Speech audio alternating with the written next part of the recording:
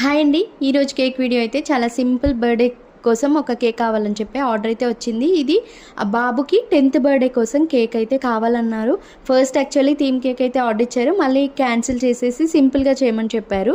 So అందుకనే నేను ఈ విధంగా నీట్గా ఫినిషింగ్ చేసుకున్నాక జస్ట్ పలట్ నైఫ్తో బ్లూ కలర్తో షేడ్ అయితే ఇచ్చాను అనమాట బాబుకి కదా. సో వాళ్ళైతే నాకు ఎట్లాంటి డిజైన్ అయితే చెప్పలేదు. సో నేనే సింపుల్గా చేస్తాను అని చెప్పాను, బట్ వాళ్ళకి బాగా నచ్చింది ఫైనల్ అవుట్పుట్ అయితే.